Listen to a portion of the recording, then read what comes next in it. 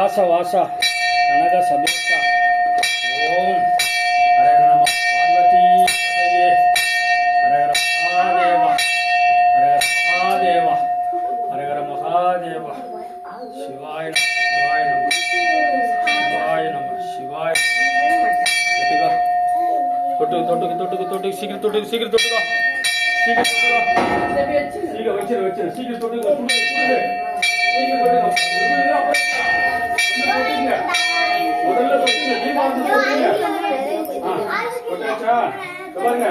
இது அபிஷேக சந்தனம்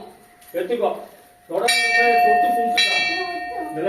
வந்து தொட்டுக்கா விபூதி கீழே தள்ளாம எடுத்துட்டுங்க